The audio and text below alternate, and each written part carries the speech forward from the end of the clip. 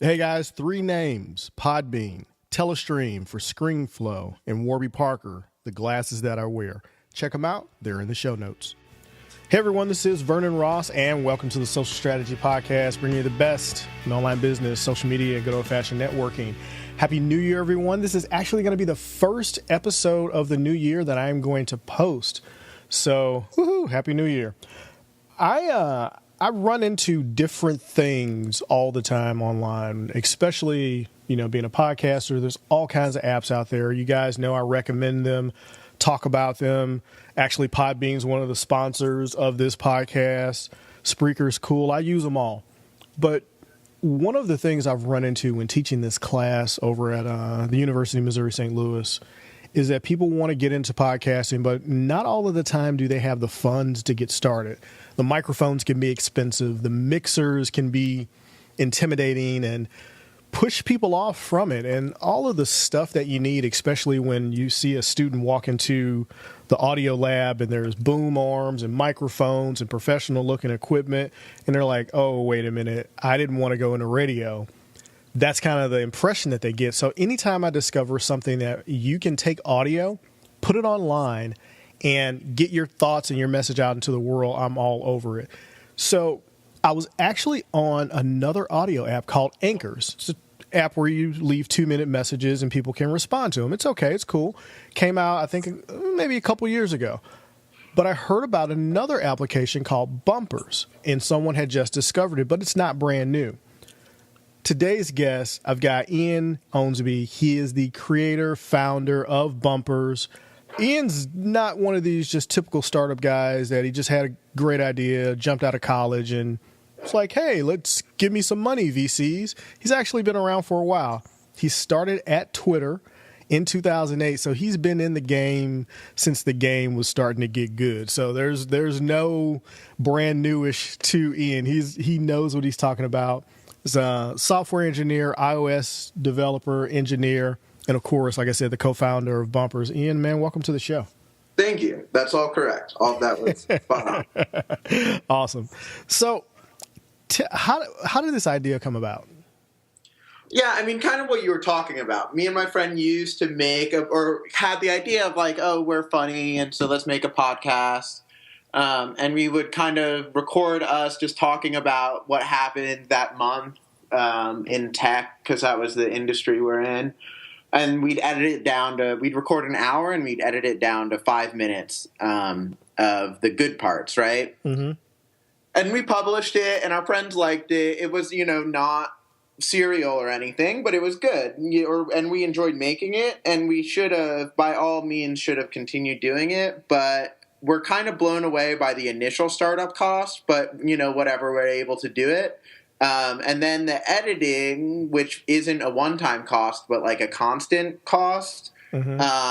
Was so bad that we stopped doing it. Which right.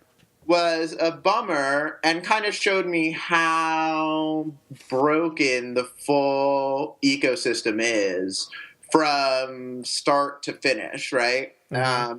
So then, like, a couple years went by, and I was thinking about different things to work on. I made an app called One Shot, which, like, lets you summarize articles on Twitter and, like, post this Twitter image of it. Right. And so I was kind of playing around with stuff like that, and I realized that if you could make editing and producing, like, spoken audio or a podcast possible on the mobile phone, then you would open it up to a whole new group of people to create, and you could start solving a lot of the problems with consumption that you get to solve from, like, centralized platforms. No, it's really interesting. I was playing around with it, and I like the fact that everything is contained on the phone. And guys, mm-hmm. in the show notes, I'm going to put some screenshots so you can see some of the different, aspects of it. And I'll probably do a video capture of me actually going through and creating the bumper that I'll record. I'll just do a screen capture from my iPhone so you guys can see the actual process. Basically what we decided, so we spent a lot of time trying to figure out like what is important in editing. And to be clear, this isn't like a full editing suite, but we were like, what is like important to the amateur, right? And the first thing is that like editing is important. You need to be able to like talk about whatever and take things out and take out ums and stuff like that. Like, not editing is, a much harder thing to record, especially when it's just you, to like sit down and be like, I'm going to record a perfect tight 3 minutes right now. Right. Or it sounds a little bit like voicemail or kind of like some weird thing that isn't quite something you'd want to publish broadly. So what we did is it uses the first stage of speech to text actually to break up the recording around phrases, so you can tap to remove entire sentences or ums or breaths in between or whatever you want to do. And you can insert segue music and identify sections, and you can kind of get out this really cool thing that sounds like you're made a real podcast, kind of only with exploring with the app. No, it's really interesting. I was looking at some of the aspects of it and what you could do with it, and if I can go full show with it. There are a couple apps out there that you can do that with, and in some of the questions that I initially asked Lena, I was like, well, is there a RSS feed? Yeah. And it's kind of hidden right now. I don't know. Are you guys... Yeah, it's hidden. We'll continue adding show stuff, which is more... We're never going to replace, like, Pro Tools microphone setup, but we're definitely adding more show things, which will let themselves be like, right now your profile has an RSS feed just by adding .rss, and that's more for like people wanting to subscribe to you with a podcatcher, and it's less for like you posting it on iTunes. But we're going to add a whole show thing, which will be a little more like the concept of a show, which will let you post to iTunes and stuff like that. Now, when people are creating their shows, when they embed the show out, I noticed that it is native to Twitter, so it will play right in the Twitter feed. Does it also do that for Facebook? I believe it does, right? There's no Facebook audio player, but it will like extend, look nice, and then people can click through. There's full embeds for like blogs and stuff like that. We try to make it look as good as possible everywhere we can. Now, I noticed that the file format, I think, is M4A. Is the compression rate higher on that than on an MP3 file? No, it's just what the iPhone records, and we haven't yet gone through figuring out what's best in that. Right. No, I was just wondering because I'm like, well, I wonder, that pretty much plays everywhere. I haven't had an issue with it. Like, except like Firefox on Linux or something. There's like one thing that like 3 people have, but they really get upset when it doesn't work for them. But it mostly plays everywhere, and it is pretty good, and it's good compression. But there's definitely improvements we can make there. The other cool thing though about bumpers that's been different from the like classical show stuff is like a significant amount of our creators post like more than twice a week.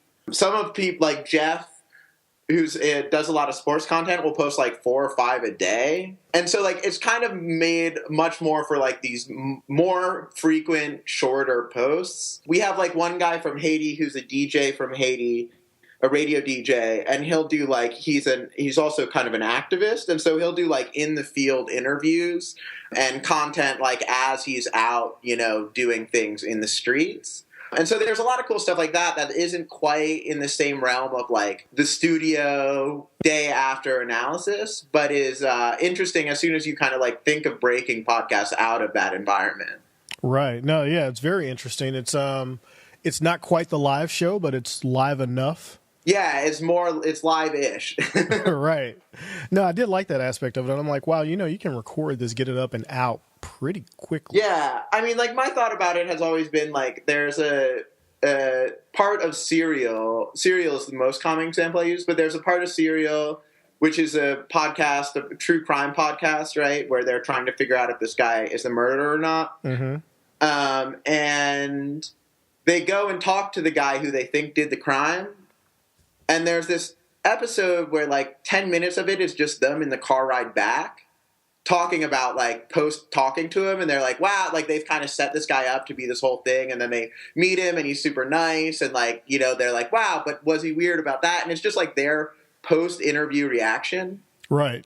And it's great content. It's like, I love that part. And I would love to hear like kind of the like more active updates of Serial. But instead, the only thing you can get right now is the 6 month later edited together for narrative. And so I think there's something interesting though in the like, as it's happening, that's not replacing Serial, and isn't replacing the edited stuff, but can live alongside it and be really exciting and interesting. Yeah, no, very much so. Yeah, I like the aspect of it that I can just put out casual content. And if I want to put it somewhere else, I can. Yeah. So I experimented with pulling in the audio, publishing it to my Podbean account, and actually uploading that as a podcast to iTunes. And it works. Yeah. I mean, it worked fine. Yeah. So, I mean, it's just audio. If you want to extract it, you can do pretty much whatever you want to with it. There's one show I ran into, a lady named June, I think. Yeah, Yard of Greatness. And I think I'm not sure what Yard of Greatness, what that means. I think it's something to do culturally with where she's from, but it's a really interesting show. That's kind of what got me into. I'm like, oh, wow, this is kind of cool. And her show's 17 minutes. Yeah, totally. That's long. Like, most of them are like 5 to 10 minutes. Right. Once you start getting up there, it starts to be. But yeah, that stuff's great, and it's really interesting. So I was going to ask you, what's the limit to a bumpers? There's no limit. I didn't think there was. Yeah, no, there's no limit. It's built. The product is built for this like more frequent, less produced content, but you can like record and then record something else and like import those together. And so you can do kind of all that stuff, and you can get up to, one guy would record like his hour-long bike rides, which was crazy to me, but he did it and he would publish it, and that's fine. You know, like, we're happy to do that. And everything we test the client with like both long and short content to make sure it works for people who really want to go ham and like record long things. We didn't want to put a limit because I think that like the limit actually should be the ratio. Like, I think there's, if you record 15 minutes, there's a good 5 minutes in that usually for amateurs. And like, so 30 minutes is like maybe 10 minutes or whatever. So really, the first version of the app, it's interesting. The first version of the app had you selecting what you wanted to keep instead of selecting what you wanted to remove. Oh, interesting. Kind of with the idea of like over editing, which is what we want to enable people to do. It was like incredibly difficult to use and hostile to the user because people like don't think about it that way. But like, that's still my ideal vision, right? It's like something that allows people to like over pull stuff out and post the like shortest possible version of a thing. Or like the tightest, best version of a thing. No, and that makes sense because I think that's what a lot of podcasters run into. They run into difficulties actually editing down shows to get to the good content. So you may find that a show is 30 minutes long, but you only really got something out of 5 minutes worth of content. Right, yeah. And especially I think that's comforting for amateurs who are like just doing it for the first time, is like, oh, I can mess up and it's fine, or oh, like, this doesn't need to be the tightest, 10 minutes of possible. And instead you can kind of like figure your way through it and then be like, oh, this was great. And like, this end result is interesting and cool. Right. No, that's awesome. So you guys are pretty much still in startup mode, right? Yeah. I mean, yeah. Now you've gone through one round of funding. I forget the name of the company that, yeah, we raised a round from Spark Capital and found. Now, when do you guys go up for your next round of funding? We'll probably start fundraising soon enough. The goal of the first round, that was like a year ago now, over a year ago. And the goal of that was really to figure out if, like, we started that with really just a prototype of the creation experience. And we thought there was something interesting to this, like, shorter mobile audio stuff, but we didn't know because no one was doing it really. Even if you look at like Anchor, which is definitely in the same audio space, but like their goal is a much more community oriented, like conversational platform. And so no one was really doing like this type of audio. And so we wanted to see if people made it and if people were interested in creating and consuming it. And so we kind of feel like we've gotten to the other side of that. And so now the next phase is to really build out the platform and to build out like shows and stuff like that, and to really like give people ways of interacting with the audience and building an audience. Right. Yeah, that was going to be my next question. Is I noticed that right now you can't comment on a show. You really can't leave any kind of feedback. No, there's nothing right now. We're building comments right now, actually. I think that's probably what we're going to do. We want to let people do that stuff. It was just like You should have seen it 2 months ago when it was just a global feed of all the episodes published. Yeah, that's actually one of the guys who's like, yeah, it's changed a lot in the last couple months. Yeah, they're doing stuff. Like, let's check it out. Focused on the creation tools. Like, we wanted to get that really right and really get all the features to that we thought were important. Mm-hmm. But now that we're going to more of the like consumption stuff, it's a lot more user facing the changes we're doing. So, guys, what this really means is that if you're looking to get into podcasting, and especially you want to do it and you're on the go, you want to do it from your phone, do a lot of field recording, there's some neat hardware tools that you can use with your iPhone to turn it into a really decent field recorder. Yeah. This is probably the network you should be on, because these guys are in startup mode and things are changing. So early adopters, I think, on this platform are really going to blossom, because I think it's a good platform. I mean, like, everything we do is based on what people want and need. So really, all the people, like, we love people who are passionate and into it. Those are the same way we are. So right now, I noticed you guys have sort of a pop culture push. Is there a reason for that? Yeah, I love pop culture. I think the current landscape of podcasting is defined by the requirements that are necessary to get involved. So, like, just the amount of investment and money and learning necessary, I think, like, means people who get into podcasting are often talking about business or tech or podcasting. Or true crime now is like a giant wave, or they're in radio already, right? And so they're doing a lot of the like news and politics, like a lot of the radio things. Mm-hmm. But pop culture and current events and storytelling is great content that I want to hear and people want to talk about.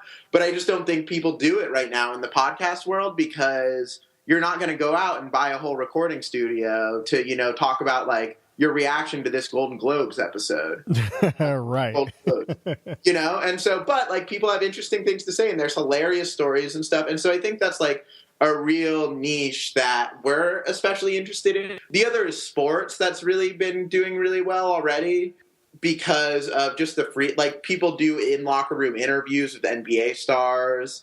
Lakers Nation, who is great, will do, like, pre-game, post-game wrap-ups. And so there's a lot of people doing stuff like that that's much more, like, timely and in the moment. And that's great as well. But I think pop culture is kind of also in that moment of, like, you want to talk about it and you want to hear about it right when it's happening, or at least, like, right after. And I think that there's also just a lot of people that are held back from doing it because of the current issues with podcasting. Yeah, it's interesting when you talk about it that way. When you look at the cost, I mean, you can get started fairly cheaply, but there's still an investment.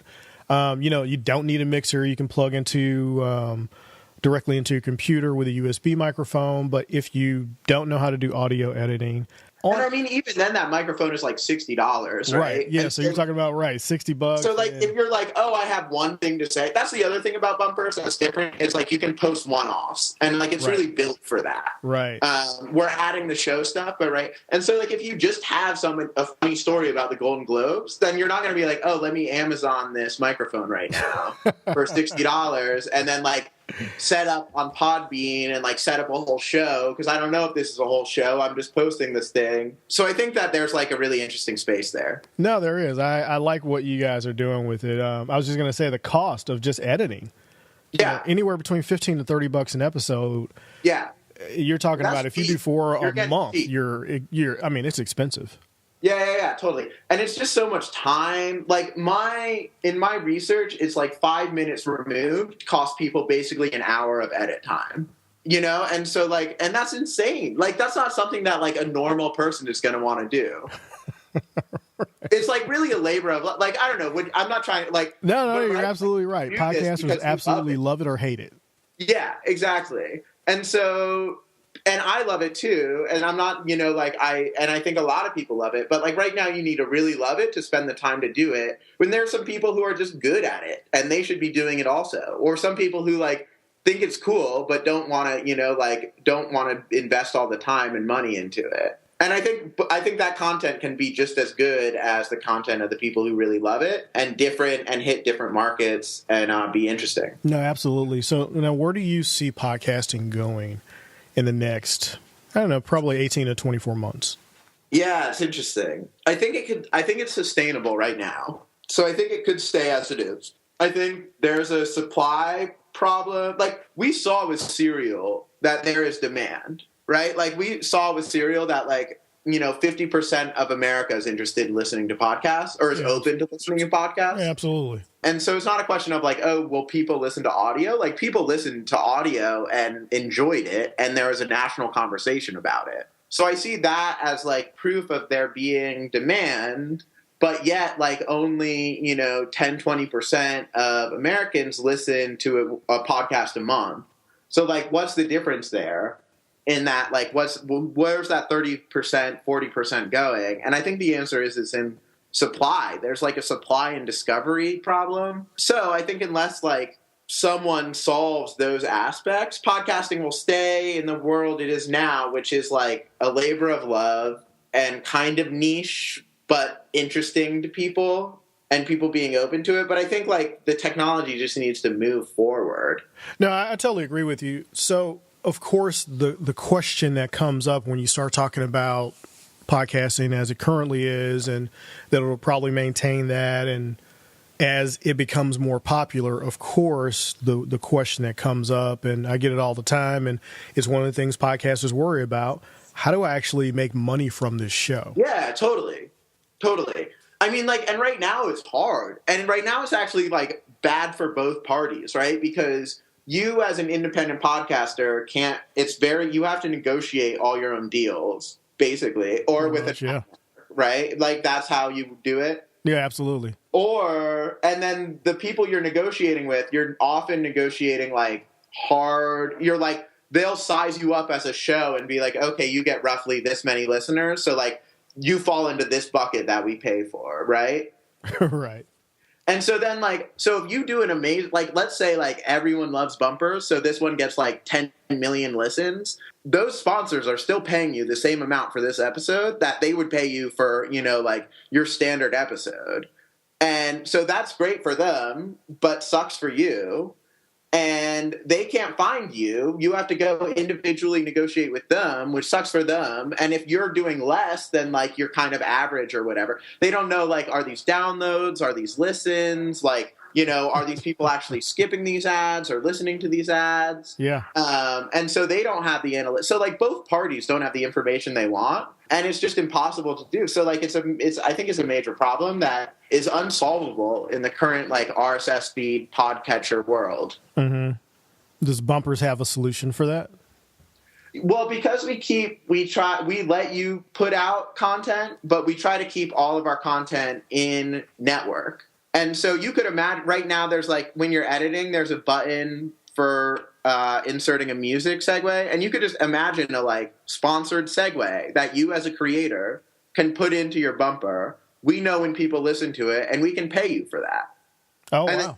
We can do the negotiations, and we can build the marketplace for the people, and you can pick the ad you want or don't want, where you don't need to put in cigarette ads if you don't want them. You can pick I like this song, this promoted segue or whatever. And we know if someone listens to that, they listen to it for your show, right? And your episode. And so the rev share is very clear. And so I think there's a very straightforward path forward there, where even independent ones or people who are doing one-off episodes don't need to negotiate an entire ad deal for their entire show.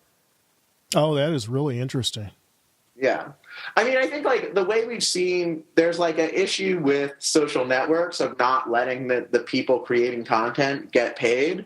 And we saw this with Vine, right? Vine had this horrible creator churn where you go to Vine to get famous, and then you use that fame to go build a YouTube channel or something you can actually make money on, right? Right. And so people wouldn't stick around Vine, so the content was always different and new, which was kind of cool, but you came here for these people, you wanted them to stick around. So unless you provide the creators with an opportunity to make money, they're just going to go somewhere else. Yeah, no, absolutely. I agree with you 100%, which is I think what Twitter is running into now. Yeah, absolutely. It's a major problem, and especially with something like podcasting, where we're never going to be as easy as a tweet or like an Instagram. Like even we can make it much easier, but like audio, making something like a episode of audio is going to always be like more difficult than a photo. And so I think people should get paid for that, and like building in a way of people getting paid for that is doable. And there's also like what's it called? Like subscriptions. Yeah. Premium what's stuff the like that. Yeah. Patreon? There's also like a Patreon model and stuff like that we could do, that people could do. But we're very like, I think Bumpers, the company, can make money separately from the way that the creators make money through Bumpers. Oh, really? Yeah. And so I think that's kind of the we're like very inspired by Snapchat in this way, right? We're like Snapchat doesn't really make money for creators, but they make money in many different ways, whether it's like through payments through the app, or like ads, or sponsored filters, or buying filters. And so I think if you are creating a creation tool and platform, you can make money by premium creation tools while still letting things like ads and subscriptions fall through to the actual content creators. Oh, wow. Yeah, that is brilliant. Does that make sense? No, it does. It makes perfect sense. And I'm trying to figure out why nobody else is doing it yet. It's hard. I mean, if audio wasn't, if we were like Instagram where we were showing ads in between photos, then it would be really hard to be like, are people seeing this ad because of you, or are they seeing this ad because of the other person they follow? Right. It's only because Bumpers, it's so attributable to the author that we could really do it. And you're already creating in platform, which is much different from many other platforms. Yeah, no, it's totally different. Outside of a couple other ones that are out there. Yeah. It's unique. There's certain people doing it, and it's cool. And I think like the phone has become the primary creation device. Like it used to be the computer, right? Like you'd create everything on the computer. And that was a shift in its own right of like creation going from like paper and, real life into the computer. And now I think it's really the phone is the place that like the majority of people are creative on. And so I think there's a lot of cool opportunity there. Yeah, what's funny about what you just said is I actually bought a Shure microphone, this little thing called an MV88. Yeah. To go into the bottom of my iPhone, and I have a Zoom H4n, at the time $249 field recorder with two XLR inputs on the bottom, or 3/4 inch or whatever you want to do, and two XY mics, and it's a full recording studio, and I use my iPhone. Mm-hmm. Because I don't want to necessarily take that thing with me when I jump on a plane. So, and the iPhone has 6 microphones on it. Right. People don't realize how good the iPhone is at recording audio because you think of it as like a phone call quality, but when you take out the like need to send the audio over the internet and it's just straight recording, it's actually incredibly good at recording audio. Yeah, I've noticed. So it's actually like I think like the microphone is kind of the neglected sensor of the phone. Yeah, I mean, it is amazing the audio that you can get from an iPhone. Yeah. I don't think people realize exactly how much is going on there. Yeah, totally. So it can be like a full field recorder. Absolutely. Yeah, Apple does a poor job of explaining it. Yeah, Apple's not great at a lot of things, and that's definitely one of their problems is explaining what they've got. So with that, are you an Apple or Android user? I'm iPhone user, and we're actually iOS only right now, which is a major bummer. But I'm iOS at this moment. Okay. Are there plans to expand to Android, or is it just going to be? We would absolutely love to. It costs money that we don't actively have right now, so it's probably not on the plans immediately. But a lot of people use Android, and it's a lot of a lot of great people who can create great content and are interested in it. So I wish I could snap my fingers and make an Android client, but unfortunately, it's just too expensive at this moment. But we will in the next couple of years. In the next year, probably by the end of 2017, we'll probably have something. Well, honestly, the iPhone right now is good, and people have iPads, so you can do it. Yeah, first on iPad. Right, exactly. Yeah. Well, cool, Ian. This has been an interesting conversation. I've learned a lot about what you guys are doing. And I think people are going to be thrilled to hear this interview. I'm actually going to publish it on Bumpers as well, Oh, great. In addition to here, I've got to figure out the logistics with that, but we'll make it happen. Nice. That's great.